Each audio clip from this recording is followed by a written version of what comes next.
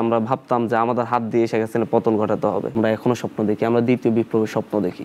একটা জিনিস বলেন তো ভাই, যে আমি একটু আমার একটু ব্যক্তিগতভাবে জানার আগ্রহ, কোটা বিরোধী আন্দোলন যখন আপনি শুরু করলেন জুলাইতে, সরকার প্রথম দফাতেই রাতারাতি কোর্টকে বলিয়ে যদি 3 দিনের মধ্যে এই রায়টা বাস্তবায়ন করে দিত, আপনারা কি আর এক দফায় যেতেন? আমি আজকে আপনাকে একটা কথা বলি, এই যে আজকের এখানে আসিফ মাহমুদ, নাহিদ ইসলাম, আব্দুল হান্নান মাসুদ, এই যে রিফাত রশিদ, যাদেরকে চিনেন, এরা একটা জায়গা থেকে উঠে এসেছে।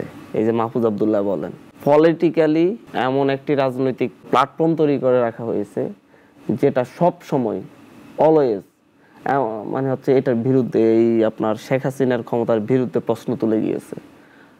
7 জানুয়ারি নির্বাচন হয়েছে, 6 জানুয়ারি ঢাকা বিশ্ববিদ্যালয়ে আমাদের নেতৃত্বে মিছিল হয়েছে, আমরা স্টুডেন্টরা মিছিল করেছি।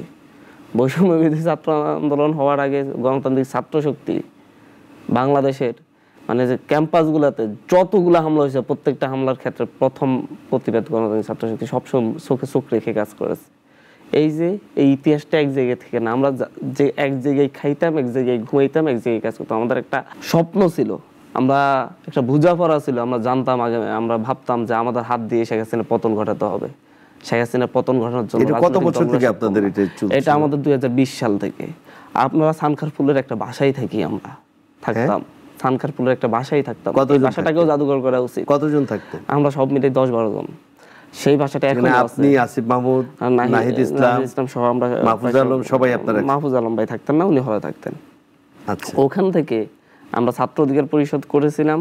ছাত্র অধিকার পরিষদে যখন হচ্ছে লেজুট ভিত্তিক ছাত্র রাজনীতি শুরু হয়েছে, সেখান থেকে আমরা ডিরেক্টলি ঘোষণা দিয়ে বের হয়ে গেছি। একদম প্রত্যেকে, ঢাকা বিশ্ববিদ্যালয়ের 24 জনের একটা কমিটি ছিল, 24 জনই একসাথে পদত্যাগ করছে, একজনও থাকে নাই।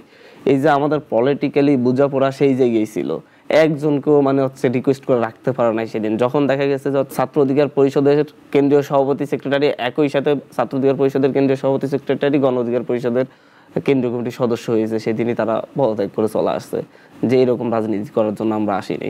পরবর্তীতে আমরা গণতান্ত্রিক ছাত্র শক্তি গঠন করছি। এই ছাত্র শক্তির মাধ্যমে যাতে হচ্ছে কখনো ক্যাম্পাসগুলো থেকে লেজুট ভিত্তিক ছাত্র রাজনীতি না থাকে, ক্যাম্পাসের শিক্ষার্থীরা যেন মুক্তি পায়, বাংলাদেশ যেন মুক্তি পায়, ছাত্র জনতা যেন আমাদের সেখানেই আছে। ছাত্র জনতার মধ্যে মেলবন্ধন তৈরি করার জন্য আমাদের এই সংগঠন।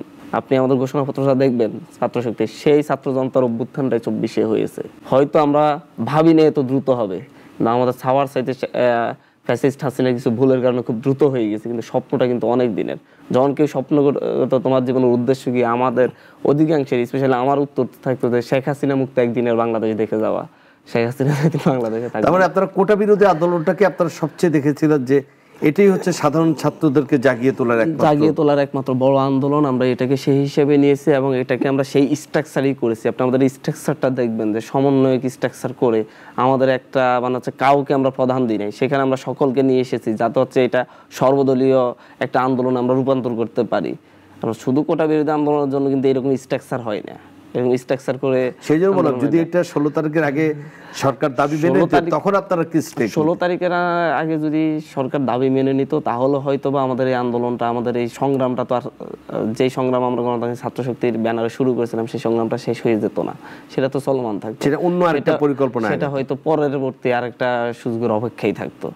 তখন কি আপনাদের কোন চিন্তা ছিল যে এই শেখ হাসিনাকে বিদায় করার পরে আপনারা একটা অন্তর্বর্তীকালীন সরকার করবেন এবং এই সরকারের কি আপনারা এই দাবি দিবেন? প্ল্যানিং আমাদের কথা ছিল হচ্ছে আমরা একটা ভবিষ্যৎ বাংলাদেশের রূপান্তরের জন্য আমরা একটা বিপ্লবী সরকারের স্বপ্ন দেখেছিলাম। বিপ্লবী সরকারের স্বপ্ন দেখছিলাম। আমাদের একটা প্ল্যানিং ছিল, 10-15 বছরের একটা প্ল্যানিং আমরা হাতে রেখে কাজ করেছিলাম যে হচ্ছে বাংলাদেশের প্রতিটি শিক্ষা প্রতিষ্ঠানের শিক্ষার্থীরা একটা জায়গায় ঐক্যবদ্ধ হবে, ছাত্র জনতার মেলবন্ধনের জন্য কাজ করবে, ছাত্রদের অধিকার নিয়ে কথা বলবে, যেখানে রাষ্ট্রীয় যে কোনো ক্রাইসিসে তারাই প্রতিবাদ করবে, একটা বড় ধরনের মুভমেন্ট তৈরি করার জন্য।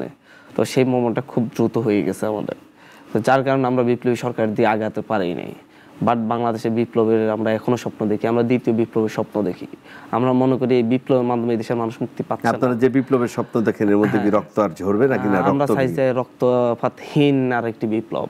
রক্তপাতহীন। এখানে একটা প্রশ্ন থাকে, আমি এরপর ইলিয়াসের কাছে যদি আমার কাছে, আমি এটাকে স্পষ্ট করি যে হচ্ছে বাংলাদেশের মানুষ আর রক্ত দিবে না, আর রক্ত দেওয়ার প্রয়োজন নেই। তবে হচ্ছে আমরা মনে করি এই বিপ্লবের মাধ্যমে আমরা যে মুক্তির স্বপ্ন দেখেছি, আমরা যে নতুন বাংলাদেশের স্বপ্ন দেখেছি, সেই 2020 সাল থেকে আমরা প্রত্যেকে কয়েকবার করে মাইর খেয়েছি ক্যাম্পাসে।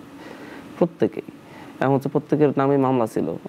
তো হচ্ছে সেই জায়গা থেকে আমরা যে বাংলাদেশের স্বপ্ন দেখি সেটা হয়তো বাস্তবায়ন এই বিপ্লবের মতো দিয়ে হচ্ছে না। তবে আমরা দ্বিতীয় বিপ্লব হবে বাংলাদেশে, আমরা চাই যে এই বিপ্লবটা অতি দ্রুত হয়ে যেন হচ্ছে এর মাধ্যমে যেন হচ্ছে সকল আগাছা মুক্ত বাংলাদেশ গঠিত হয়। এই বিপ্লবটা আসলে হচ্ছে খুব দ্রুত শেষ হয়ে যাওয়ার, আরো 5টা দিন যদি আমাদের এই বিপ্লবটা যদি হয়তো চলতো, বাট শেখ হাসিনা এত বেশি ক্র্যাকডাউন চালিয়েছে 4 তারিখের পর আমাদের মানে হচ্ছে লাস্ট অ্যাটেম্পটা 5 তারিখে নিতে হয়েছে। কিন্তু শেখ হাসিনা যদি 4 তারিখে না নিত, মানে এই ধরনের 3 তারিখ 4 তারিখ যদি এই ধরনের হত্যাযজ্ঞ না চালাতো, তাহলে হয়তো এই আন্দোলনটা আরো 5-7 দিন চললে বাংলাদেশে একটা পূর্ণাঙ্গ বিপ্লব আমরা দেখতে পারতাম। মানুষের রক্তপাত এড়ানোর জন্য, রক্তপাত কমানোর জন্য আমরা খুব দ্রুত সিদ্ধান্ত নিতেছি। আমরা প্রথমে মনে আছে, আপনার মনে থাকবে, আমরা প্রথমে 6 তারিখে গণভবন মার্চ টু ঢাকা কর্মসূচি দিয়েছিলাম। কিন্তু যখন সন্ধ্যা হইতে হইতে যখন দেখলাম যে প্রায় 150 জনকে হত্যা করে ফেলেছে, তখন আমরা ভেবে দেখেছি যে হচ্ছে আমরা যদি আরেকটা দিন শেখ হাসিনাকে সময় দিয়ে আগামীকালও সে 150 হত্যা করবে, তার চাইতে বরং আগামীকালকে শেখ হাসিনার শেষ দিন হোক।